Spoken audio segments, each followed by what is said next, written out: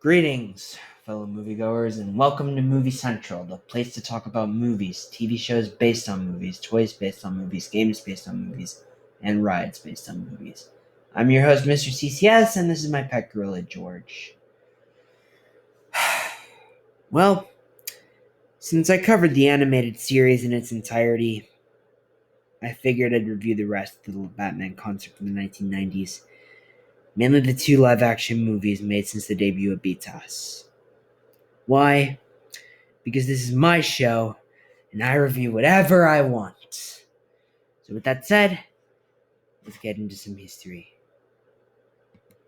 Back in 1992, Batman Returns was released in theaters. Following the smash hit that was Batman 89 was obviously a big challenge, and yet still, the movie didn't really pull it off. Tim Burton went all out with this one, making it possibly the darkest comic book movie ever made.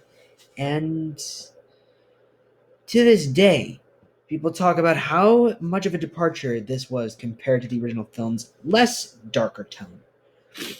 The movie underperformed, and unsurprisingly, parents complained that they took their children to see a movie marketed towards said children, while the movie itself featured very disturbing imagery. Sure sells Happy Meals, doesn't it? I'm not the right person to really talk about the full story, so tune in to the YouTubers who do talk about this sort of stuff. Now, Batman the Animated Series was on the air at the time, right after Batman Returns came out, and Mask of the Phantasm was going to have a theatrical release.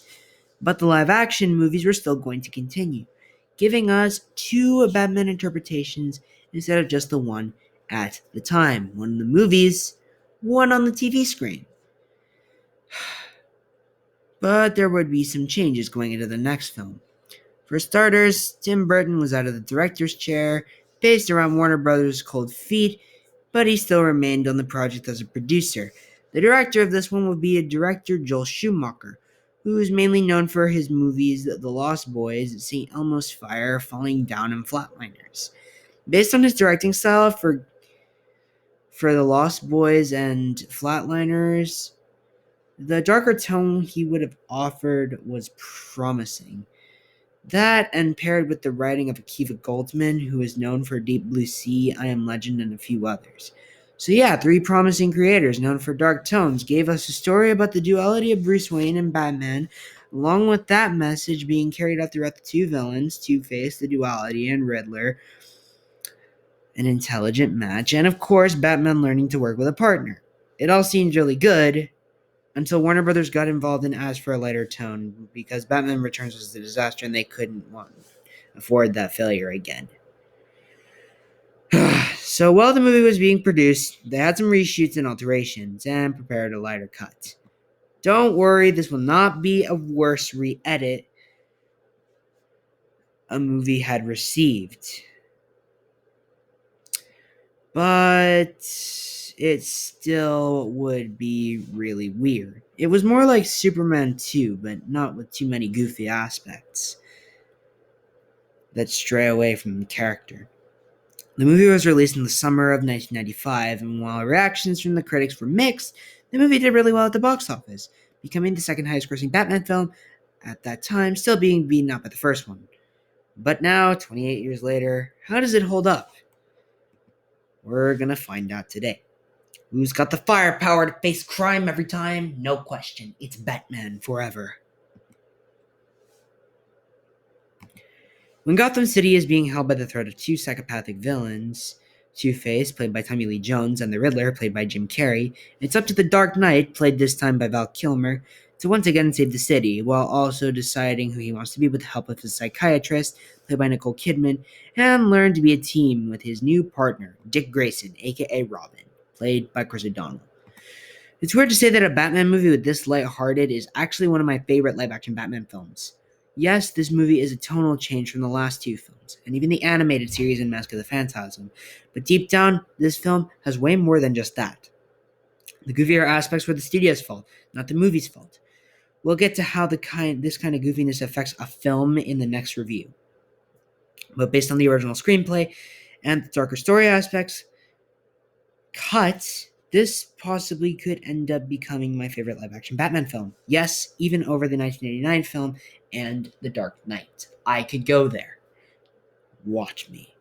Like I said last time, Mask of the Phantasm focused on how Bruce Wayne became Batman through pain, and this film focuses on similar aspects.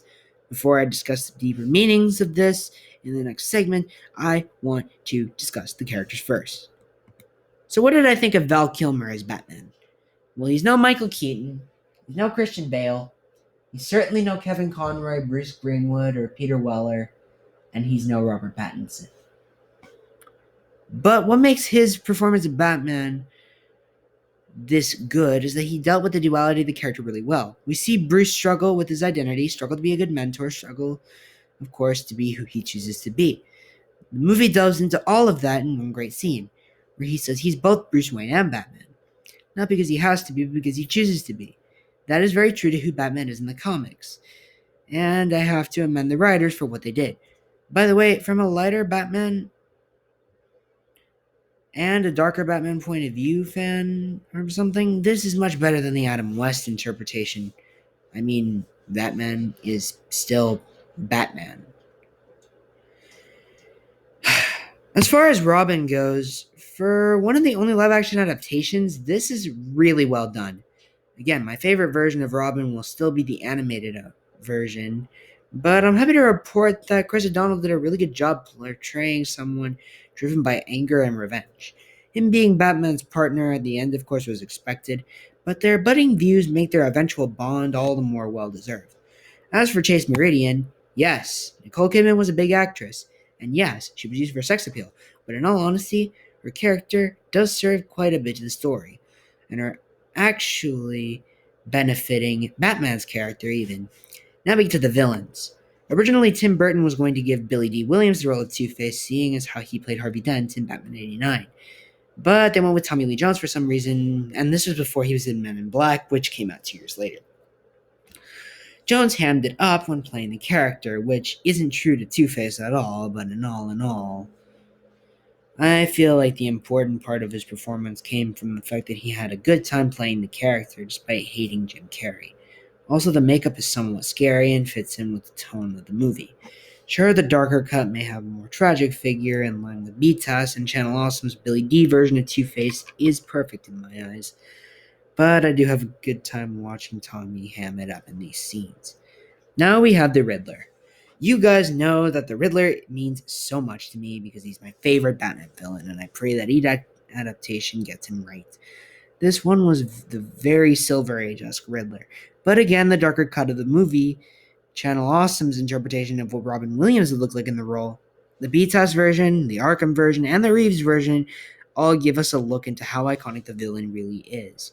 Jim Carrey can be a serious actor when it is asked for, and he was going to play a darker version in the darker cut, which I do really want to see. But the Carreyisms we usually see are here, and it may be goofy, but it is still a ton of fun to watch. Now, as for the others, there isn't much to unpack here. There's Gossip Gertie, who replaces Alexander Knox as the nosy reporter, played by Elizabeth Sanders, wife of Bob Kane, co-creator of Batman. And Alfred and Gordon are just a part of the mix, but they are members of the supporting cast. No, the real meat focuses on these 5, which leads us into why this movie is deeper than many may think. One of the main goals of the movie was to express the duality of Bruce Wayne and Batman. We have a Batman that is conflicted on whether to be the Dark Knight of Gotham or simply himself. Mask of the Phantasm did the same thing back in 1993, and we have that adapted into the live action here.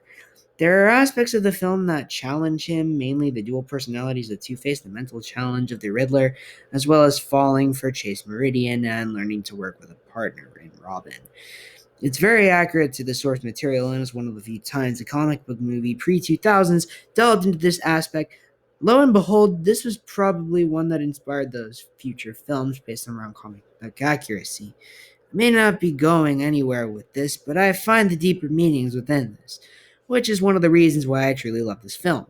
Now, as far as the effects go, the Batmobile looks great. The cinematography is incredible, the suits look good, minus the nipples, but that's a problem mainly in the sequel, which I'll explain more of in that video. And overall, it feels like a big movie. The music was composed by Elliot Goldenthal, who mainly works with Julie Taymor, and he developed a very unique sounding score. His Batman motif is one of my personal favorite themes developed for The Dark Knight. It's very catchy, and I think it makes sense for this version of Batman.